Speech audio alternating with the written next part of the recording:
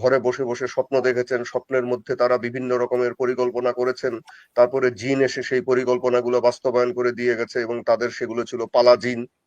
তো এই ধরনের কথাবার্তা তো আপনিও লক্ষ্য করেছেন, অনেকের সাথে কথা বলে চোখ দিয়ে পানি পড়েছে। কিন্তু আমি তাদেরকে দেখেছি যে এই আহত ছেলে মেয়েগুলোকে এখন পর্যন্ত ঠিকমতো চিকিৎসা দেওয়া হচ্ছে না। তারা নিজের পয়সায়, তারা নিম্নবিত্ত পরিবারের অনেকের সন্তান, তারা নিজের পয়সায় চিকিৎসা করছে, কেউ তাদের পাশে দাঁড়ায়নি। তো এগুলো তো কেউ লক্ষ্য করেনি। হুম। এগুলো কি আমাদের ইসলাম ধর্ম শিখায়? এগুলি কি আমাদের সমাজ, আমাদের বাংলাদেশের মতো সমাজ যেখানে আমরা একটা পরিবারের মধ্যে থাকি, আমরা মুরব্বীদের নিয়ন্ত্রণে থাকি, মুরব্বীরা আমাদেরকে দেখাশোনা করেন, বাবা মা আমাদের সাথে একসাথে থাকেন, সেখানে কি এগুলি শিখায়? কেন বলা হচ্ছে যে এখনো সংস্কারের সময় এখনো সে হয়নি, বা আরো সময় দরকার, তারপরে নির্বাচন হবে? আচ্ছা, এগুলো তো আমি বুঝি না যে আমাদের যারা রাজনীতি করেন, সেই রাজনৈতিক দলগুলো, সেগুলো ধর্মভিত্তিক রাজনৈতিক দল হোক বা অন্যান্য রাজনৈতিক দল হোক, তারা কি বোঝেন না যে কোনো দেশে এরকম একটা স্বৈরাচারের পতনের পর, এরকম একটা কঠোর একনায়কের পতনের পর যে ধৈর্য ধারণ করতে হয় এবং সহযোগিতার হাত বাড়িয়ে দিতে হয়, সকলকে সহনশীল হতে হয়। আপনি কি লক্ষ্য করেছেন গত একটি বছর কি হয়েছে? সেই 5ই আগস্টের পর থেকে এমন অবস্থা শুরু করলো, আমি তখন তো ঢাকায় ছিলাম, হুম। যে আপনার চতুর্দিকে 4 দিন দেশে সরকার ছিল না। 8 তারিখ পর্যন্ত দেশে সরকার ছিল না। আপনার পাগলপাড়া অবস্থা করে ফেললো। চতুর্দিক দিয়ে শুধু দাবি দাবি দাবি, কে কত কত দাবি আছে। আমি আমার আমি তো সাংবাদিক, আমি ডিফেন্স জার্নালের সম্পাদক, দৈনিক পত্রিকাতেও কাজ করেছি। আমি 5 তারিখের পর থেকে দেখলাম যে 15, 16, 17 বছর যাদেরকে আমরা ফেসবুকে পর্যন্ত দেখিনি, যারা একটি কমেন্ট পর্যন্ত করতে ভয় পেত, পোস্ট দেওয়া তো দূরের কথা, তারা এসে এমন ভাবে লাফিয়ে পড়লো যেন তারাই সবকিছু। তাদের এটা করতে হবে, তাদের এভাবে দেশ চালাতে হবে। তাদের কেউ তত্ত্ব নিয়ে আসলেন কি ভারত ভেঙে দিতে হবে, এই সময় বাংলা সালতানাত কায়েম করো। কেউ রাস্তায় নেমে গেলেন খিলাফা কায়েম করো। এই কেউ আরম্ভ করলেন যে তাদের এই দাবি আছে, ওই তাদের এতদিন বাস্তবায়ন করা হয়নি, তারা নির্যাতিত ছিলেন, তাদের সমস্ত দাবি পূরণ করতে হবে।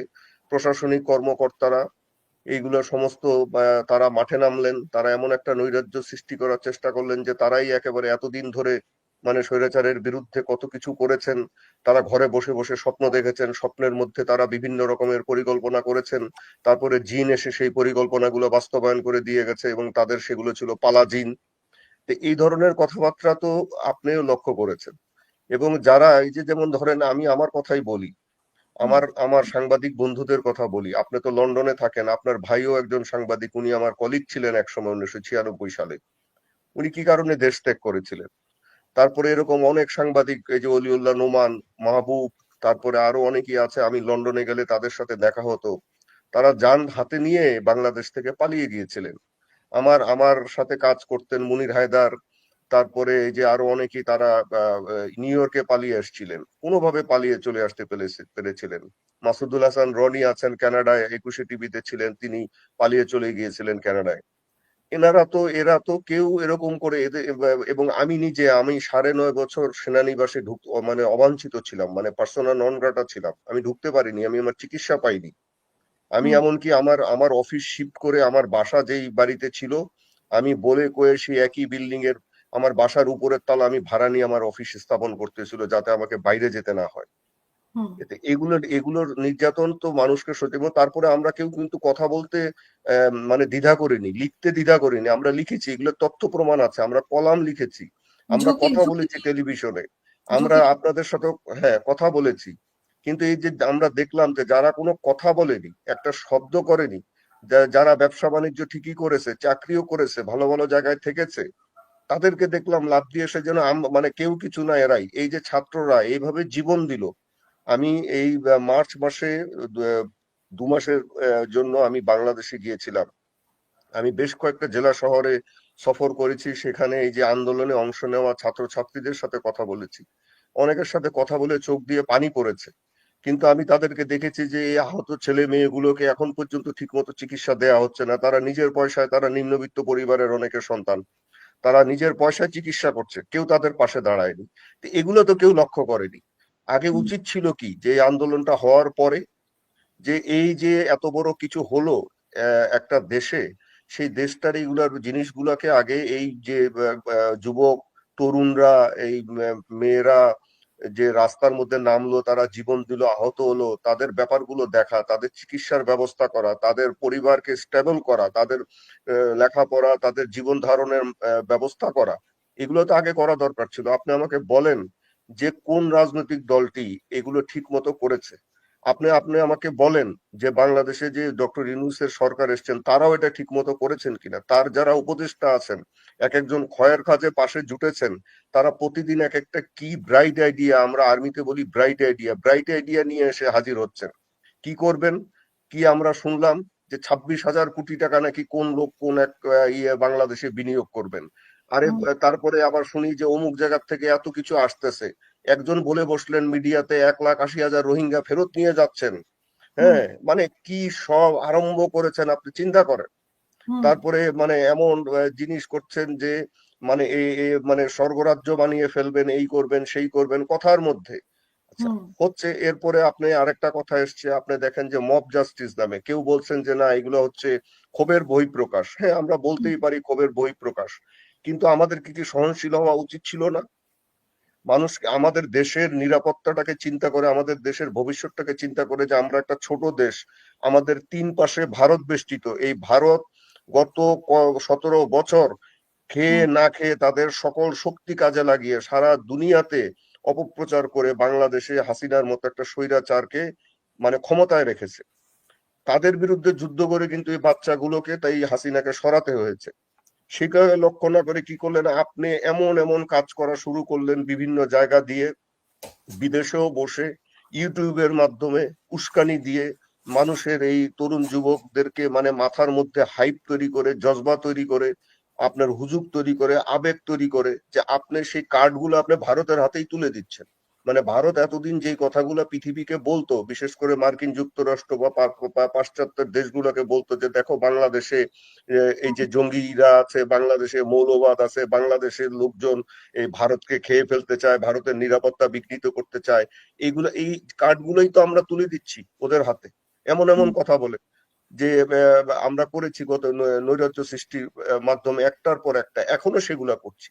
এখন আসেন যে এই যে নির্বাচন নিয়ে কথাটা, মানে মানুষের ক্ষোভ তো হচ্ছে একটা জিনিস, হুম, সেটা তো আপনার এই যে আন্দোলনের সময় আমরা দেখেছি, যে আপনি 5 আগস্টে দেখেছেন গত বছর যে কিভাবে গণভবনে মানুষজন গিয়ে হামলে পড়েছে বিভিন্ন জায়গায়। মানে এই যে আপনার মানে তরুণ যুবকরা বা বিভিন্ন শ্রেণী পেশার মানুষ। আমি তো ঢাকায় থাকতাম, আমার বাসা ছিল ঠিক বনানী থানার পাশের বাসাটা ছিল আমার। হুম, আমি সেই বাসায় থাকতাম। তো আমি তো দেখেছি মানুষজন কি করেছে, সেগুলো তো আপনি মব বলতে পারেন না, সেগুলো হচ্ছে ক্ষোভের বহিঃপ্রকাশ। কিন্তু হুম, ধরেন এই যে কালকে না পরশু দিনও আমি মিডিয়াতে দেখলাম যে মানে কি সন্দেহের বশত কি চুরি করেছে না কি করেছে, তার জন্য মাদক নাকি ব্যবসা করে হুম, কুমিল্লাতে, পিটিয়ে মেরে ফেলেছে। আপনি নিজেরাই খোদা হয়ে দাঁড়াচ্ছে আপনি। তারপরে একটা সবচেয়ে বড় ডেঞ্জারাস জিনিস কি, আমি আমার 34 বছরের সাংবাদিকতা জীবনে আমি যা দেখিনি, আমি তা এখন দেখছি, এবং এই কারণে আমি লেখালেখি বন্ধ করে দিয়েছি, আমি লিখতে চাচ্ছি না। এবং আমারই ধরেন সহকর্মী এই যে রনি, যার নাম কথা বললাম, কানাডা, উনি 21শে টিভিতে ছিলেন, খুব ভালো একজন সাংবাদিক। উনি একটি হুম, ইউটিউব চ্যানেল চালাতেন এবং সেখানে খুব বুদ্ধিবৃত্তিক এবং মানে খুব ভালো সুন্দর মানে আলোচনাগুলো করতেন, ভালো ভালো আলোচকদেরকে নিয়ে এসে। উনি নিজে রাগ করে বলেছেন যে আমি আর এগুলো করব না। আমি আজ থেকে এগুলো ছেড়ে দিচ্ছি। কেন? আপনি সোশ্যাল মিডিয়াতে যান, আপনি এই যে অকথ্য একটা শ্রেণী তৈরি হয়েছে, বিশেষ করে আমি সরাসরি বলি, আমি দৈনিক ইনক্লাবে চাকরি করেছি 1999 থেকে 2005 পর্যন্ত, সুতরাং আমি বাংলাদেশের ধর্মীয় রাজনৈতিক দলগুলোকে চিনি। হুম, হ্যাঁ, তারাও আমাকে চেনে। আমি কখনো দেখিনি আগে যখন ছিল এই যে মৌলানা মহিউদ্দিন খান ছিলেন, মৌলানা ফজলুল হক আমিনী ছিলেন, আমি মৌলানা ফজলুল হক আমিনীর সাথে 18 দিন একটা গ্রুপের সাথে আমি বিদেশ সফর করেছি। অত্যন্ত ভালো একজন জ্ঞানী মানুষ ছিলেন, সহনশীল মানুষ ছিলেন তারা।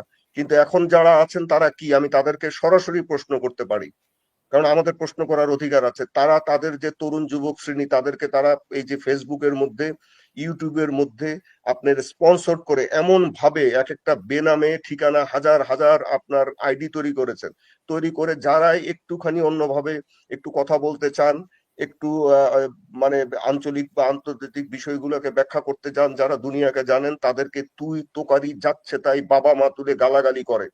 আমি একটা ছাত্র দলের একটা মেয়েকে জানি, সে মেয়েটা অত্যন্ত লেখাপড়া জানা এবং সব সময় আন্দোলনে সে সামনে থাকতো, জেল খেটেছে, আহত হয়েছে, তার স্বামীও ছাত্র দলের একজন কর্মী ছিল এক সময়। এই মেয়েটা এবার আমাকে আমার আমার সাথে ঢাকায় দেখা, সে আমাকে বলল, দুঃখ করে প্রায় কাঁদো ভাবে বলল যে সে এরকম ভালো অ্যাক্টিভিজম করে, তার অনেক ফলোয়ার, 80,000-এর উপরে ফলোয়ার ফেসবুকে। সে বলল দুঃখ করে যে ভাই, আমাকে এই যে এরকম এই যে এই ছেলে পেলে গুলা বলছে যে, মানে অশ্লীল ভাষা তো ব্যবহার করে বলছে যে রেপ করবে।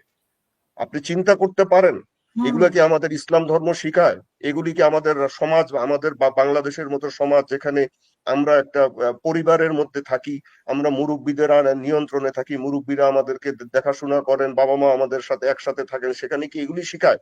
আমি আমি নিজে, আমি ধরেন এই এই যে কিছু বিষয় নিয়ে আমি মাঝে মাঝে ফেসবুক বা দৈনিক পত্রিকায় খুব লিখি, খুব কম লিখি আমি এখন।